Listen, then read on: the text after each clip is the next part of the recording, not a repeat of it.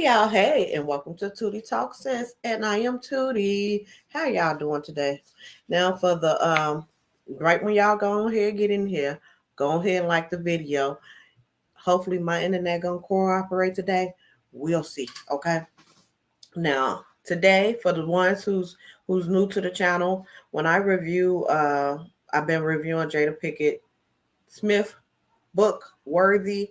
And when I go over the chapters, I pretty much summarize the chapters. And if you have any comments, drop them down. Tell me what you think about it. Think about that chapter. So far, I'm enjoying the book, and and so we're gonna get right ahead and get on up into this. Okay.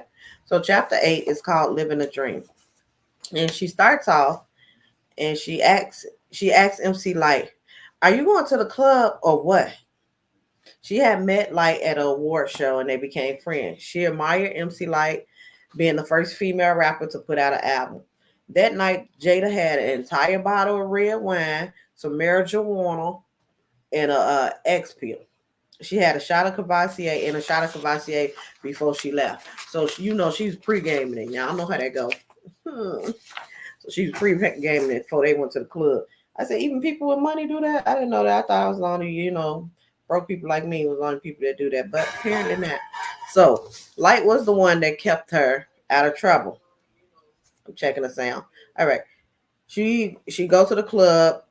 She get drunk. She bumping into people, telling them, one of the people telling them, F, what the F you doing? Cussing people out and stuff because she drunk at the club. So Light took her home. One different so she was saying that different world, she ended up going to audition. Y'all know she was in different world. Just a different world. She went to audition for one part, and that wasn't that was supposed to be, she didn't end up getting that part because they made that character just for her. Once she met Debbie Allen, talked to her, told her a story, they made that character just for Jada, Freddie. And so she said the girl, the different world character, that wasn't her name, but the different world character, Freddie, became the person like Pac who taught her about Black women's civil rights. So when she was on the show Different World, I just explained how she got it. Y'all remember the character Freddie that was on Different World. She said she was like the Tupac to her. So she ended up meeting Caesar, the dog whisperer, before he became the dog whisperer. And she had paid for him to learn English because at the time she met him, he didn't know English. So she paid for somebody to teach him English so he could train her on how to lead her pack of 4 Rockwellers. She said not only was she doing alcohol and drugs, but baby, she was also doing on men. She said she was dating, okay? She dated all types. She said she likes to call it the Frankenstein man because she get a little bit of this from this one, a little bit of that from that one. Y'all know how it goes. Bill pay the bills and Bob do the bobbing, and you get big, big but other stuff. So she called it the Frankenstein man. So she said sex SCX because I don't know how long if I I'm not monetized, y'all. I can say it.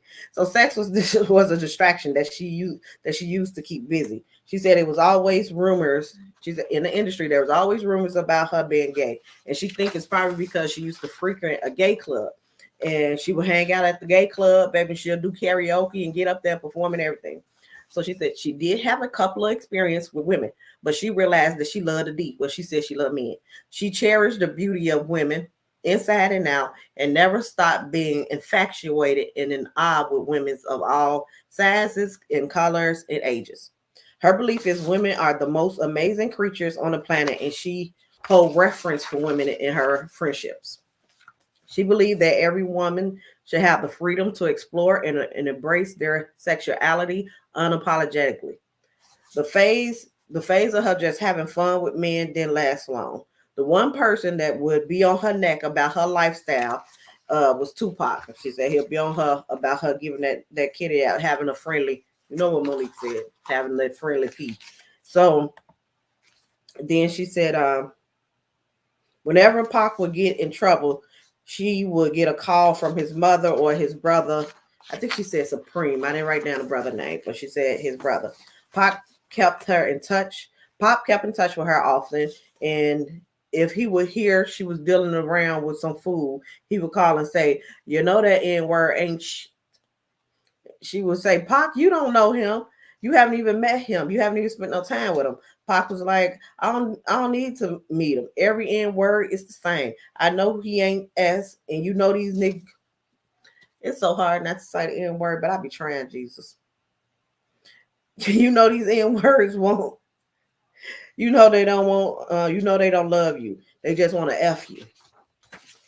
She was like, "Boy, get off my phone."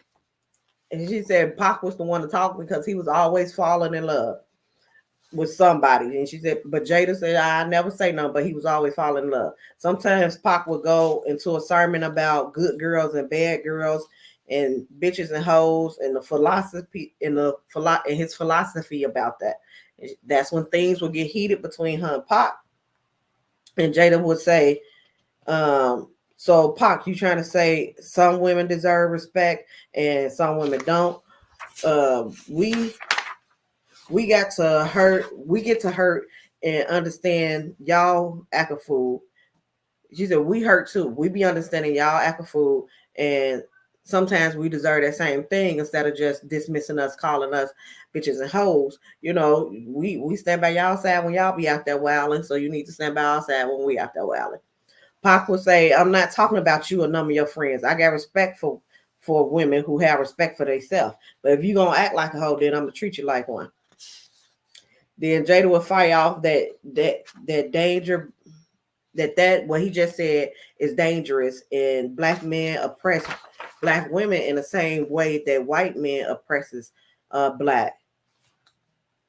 And yeah, and black men act like black women ain't the one in the struggle with them. And she said then they would go on and they would go back and forth. If you go back and watch the previous, I believe I did a video that was like chapter 1 through 7.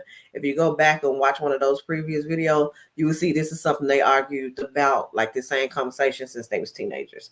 But they would have the same arguments for years before they realized that they was arguing the same thing, which is the right to be loved. Fame might get you company, but it's not real company or real love or real respect. Misogyny and objectifying women in rap went against what everyone wanted, which is to be loved and respected. Oh, I mean, let me put a pause in this real quick. I forgot to pull up this video that I think you guys will be interested in seeing because she in the book. I'm watching the audio in the book. She you know she's speaking, so she tell you word by word what she said, but there's actually a clip of it on the internet of what she's talking about. And back in the 90s she had met Easy E. And give me 1 minute. I meant to have this put up, y'all, but this internet is interneting. Well, it's not interneting like it should be. But I had forgot because I wasn't gonna even go live today. But I said, you know what? Let me go and knock this chapter out today. So she tried to make this point on BT. So let me reiterate what she had said. Misogyny and objectifying women in rap went against what everyone wanted, which is to be loved and respected. She tried to make this point on BT when she was invited to be part of a panel about current events that included Eazy-E, and that was the first time she met him. She made up her mind to address him about his lyrics, and that's what I'm going to show y'all right now. It's actually a clip that they still have from when this happened. That's on YouTube, and I'm sharing this. Share fair use. This is I'm trying to see who page is this so I can cite their page. Is the gist of it? TheGistofit, and that's where you can find this video that I'm sharing with you guys. And this is her accent on the panel on BET asking Eazy-E the question. I met him today, I would have thought that he was a woman hater because of his music that he writes, you know, and that he owning his own record company can make a change starting from there within his community to uplift us. You know what I'm saying? When I listen to his music, I want to feel good about myself. I want to feel good about my people. And I said, Eric, you have the power to do that. But you know So what? Eric, are you gonna let's let Eric address this. Eric, are you going to do that? Will this change? Does this change the way you think about the music and about the way you write? Yes, I don't know why I paused In it. what to way? a certain point. You got now a young sister here in your face, in your face, who is saying, "I want to see a change. I want to know really what you can do about it." I do say nice things about sisters. To me, but you gotta say it on the record where me being a young sister, I told Eric, I said I cannot listen to your music and feel good about myself. Now come on. And that's pretty much the gist of it. Parents are pissed, but the kids. So yeah, so that was the interview that she was talking about. So after that panel, after that show, Eric approached her and said that he did a lot for the community and that he was putting on a carnival. Let me put this up here. So that he was putting on a carnival. Y'all see the paper. I ain't pretending like I ain't reading off of it. This is my notes. I ain't gonna remember everything. So he approached her after the show, said he did a lot for the community, that he was putting on a carnival, and asked Jada to make an appearance, and she said sure. She had a conversation with him about changing community, and that began their friendship. His passion, Eric, who's Eazy-E, his passion was business and entrepreneurship. He taught a lot about ownerships of the artist problem of the artist property, no matter what the art is. He was talking all about, what everybody talk about now, that people wasn't really speaking about then, how artists got screwed over in the 90s, 2000. She said Eric back then was talking about it. She said she used to write poems. She showed him her poems, and her ex John, the white boy from high school, he had did the artwork to accompany each poem. He told her to so Eric told her to publish the poems as spoken words and put some music to the poems, then sell the CD and with the books and own it all. So this was the early 1990s, and almost no one was doing this. Like she said, he was ahead of his time. So sometimes he would leave a note. So Eric will come visit her, Eazy-E will come visit her, and he will leave. If she wasn't at home, he will leave a note, and it will be written backwards. And the only way you could read it if you put the note in the mirror to read it, because it was written backwards. Then she said he would page her and will leave numbers that would spell out words. Like, I'm dating myself, but that's what me and my sisters used to do. And I'm gonna say her. I used to page her 304. Or 403. Y'all know what it was. 403. That's why I used to page her, because we petty and that's how we talk to each other. So she, in Jada Hart, she believed that Eric knew that he was sick, but she can't say that for a fact. That's just how she feels. She said whenever she saw him, he always had a cold, and she'll be like, "Man, you still got that cold?" And he'll be like, "Yeah," and she'll be like, "Well, you need to go see a doctor." And she said he'll either like ignore her or change the subject. So then she goes into her going back home to Baltimore. So she said whenever she went back home to Baltimore, she would feel strange. She said people assume with fame and fortune, all ills go away. It took her years to understand having confidence in some areas in your life and having a healthy is different from having a healthy sense of self. Confidence can help build self-worth, but it can't substitute for self-love. When you don't know this, you constantly trying to prove yourself by getting more and more things. If she admitted that she wasn't happy with her Hollywood life, it came off as ungrateful and spoiled. Now, with me personally, I remember watching a Red Table Talk, and she and her mom was there and Will was there, and they was talking about the time that like Jada was just having problems going to counseling, that was unhappy with her life, and her mom did say, "Yeah, I just felt like you was just ungrateful, that you was poor because you got all this money, your famous husband, your kids, and everything, and you still unhappy." So that was a Red Table Talk. That wasn't in the book. I just remembered it, but that she was saying that she was going had all these accomplishments, that she had finally like really made it in Hollywood, and when she went back home she couldn't even really express that she wasn't happy, because it came off as if she's ungrateful. But she said she looked forward to going home to get away from Hollywood, so she wouldn't have to to be on all the time. So she said she had to be on because, but even when she went back home, she had to be on because her friends and family wanted to be Hollywood adjacent. So once she went home to see her grandma Shirley, and to her surprise, her grandma then lined up an autograph section without even telling Jada. So she walked in to, trying to go home, and home is usually like your oasis. So she walked in thinking she finna be in the house, and I think she said she just wanted to play like a video game, not a video game, a game like a board game that her grandma will always play. That's what she was looking forward to. But when she get there, it's people outside, it's people in the kitchen, it's people in the front. That her grandma had set up this autograph session for her and didn't even tell her about it. It was like, for her grandma, it was like, well, I'm just proud of my granddaughter and I want to brag to everybody else about it. And for Jada, it's like, I'm just trying to get a break. So in fall of 1991, she turned 21. Tupac was there to celebrate with her. Her career was on fire at this point. No, Tupac career was on fire at this point. They both was doing well. But Tupac career was on fire at this point. Tupac was ready to release his first album, and he was starting in the movie Juice. But when they talked, he was feeling the same void that Jada was feeling. And she said it was much harder on Tupac because he had to deal with a lot more because he took care of a lot more people than what she had to. And he also had to deal with the streets, with the pressure of being streets because he was in hip hop. They were happy that they could confide, that they had one another to confide in, about the struggles of being 19 or 20 with money, taking care of family, not knowing who to trust. Pac didn't really want her at this time. Pac didn't really want her in his space.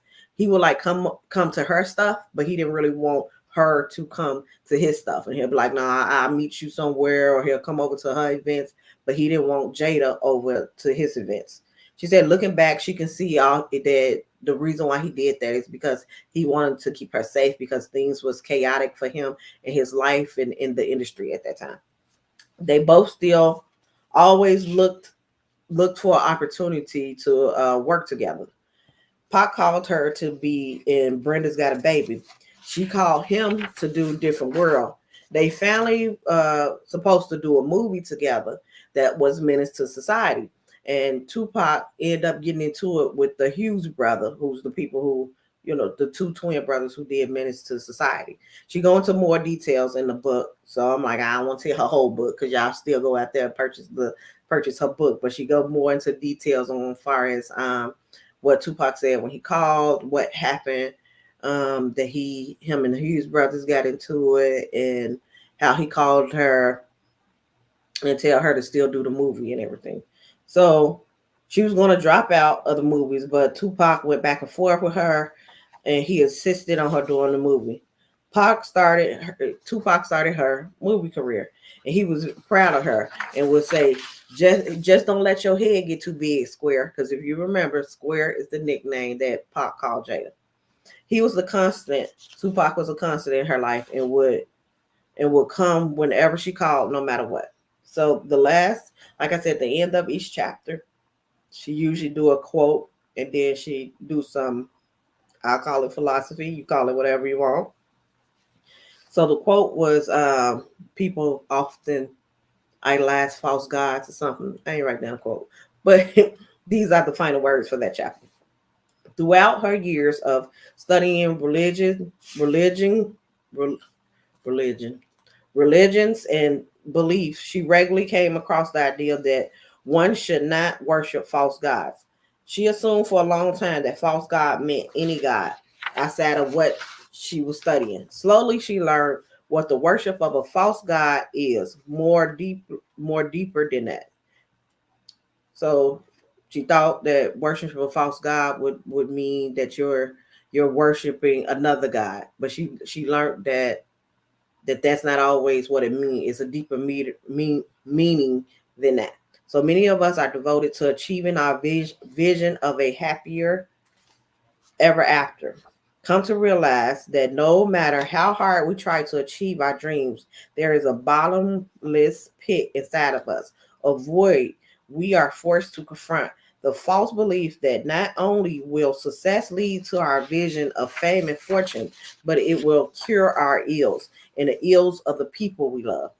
For her, it was easy to buy into the gold rush mindset that once she hit the jackpot, it would heal her heart, her life, and her soul. There is nothing wrong with having dreams and goals, but it's another thing to make them be the to be all in the end all of your existence. It's your false god. We all heard versions of pulling yourself up by the bootstrap and the glory of life should be yours. The part that goes unsaid is that if you define your glory solely by winning or losing in your pursuit of goals, the part of you that craves authentic connections will be abandoned, leaving you with fleeting satisfaction and false safety. We may find ourselves chasing and clinging to false gods or tricksters who lead us away from the truth of ourselves, the truth of love, and take us off the path of authentic fulfillment. Can you identify the false gods in your life? Are you willing to let go of the belief that external attainments can sustain happiness and instead look inside to find fulfillment in your soul? So, like I said, I really like the end because the end of each chapter usually give you I would suggest it as like a journal entry, something that you can set and reflect on. And that was like what are false gods to you in your life? Like is it that some people value money, some people, really praise the type of car that they have, some people really praise the house that they have, and that's the end all be all. And you thinking that once you reach that goal, now you didn't get the car, you didn't get the house, and then you still unhappy. So it's like at the end of the book, she's saying, at the end of that chapter, she says, like, look at your life and see, do you have false gods, things that you worship as if you're worshiping God? And then to me, when you look at those things, and if you take all those things away, if you have issues as far as low self-esteem or family issues, relationship issues, mental problems, whatever. If you take all these things that you're focusing on away, then maybe you'll have some time to focus on those other things. And because sometimes, to be honest, I'll talk for myself. Sometimes you'll buy things just to make you feel better and not have to look at, all the other crap that's going on in your life. So, the flashing hints. Look over here because I don't want to look at this come ed bill over here because this dude ain't got the money, but let me go out and get me some Chick-fil-A. So, like stuff like that. So, y'all, what y'all think about that chapter? Did y'all enjoy that chapter 8 from the Worthy book, Living the Dream? So, if y'all want me to continue on with different chapters, put it down in a comment if y'all enjoying the book. Also, I know right now what's trending on the internet is Funky Dineva, Tasha K, Flame Monroe, baby. That's trending all everywhere. But I'm gonna get back to my trending topics. Like I said, yeah, this channel is like me. I'm a mix of various different things: little ratchet, little ghetto, little church, little little suburb, little city, little country. It's a mix of every different things. It's whatever going on at that time. And at that moment, I comment about what's going on at the moment. Sometimes I have to come and make retractions. We ain't perfect. Stuff happens. But y'all go ahead and put in the comment what y'all would like to discuss next. And I will catch y'all next time. Y'all enjoy the rest of y'all night. Don't forget to like this video. Y'all, my Facebook got taken, but I finally got it back. Doggone hackers. Finally got it back. So follow me on Facebook, Tootie Talk Sense. Twitter is Tootie Talks, or X is the name of it now. It's Tootie Talks. Instagram is Tootie Talk Sense. Y'all know what? We need to start supporting fan base, which is the black-owned, the Isaac Hayes son, who owns the social media network fan base. Y'all go over there and subscribe to that too, because it's Tootie Talk Sense on fan base as well, y'all. So I'm gonna get on up out of here. Y'all have a good night. I will catch y'all next time. Bye.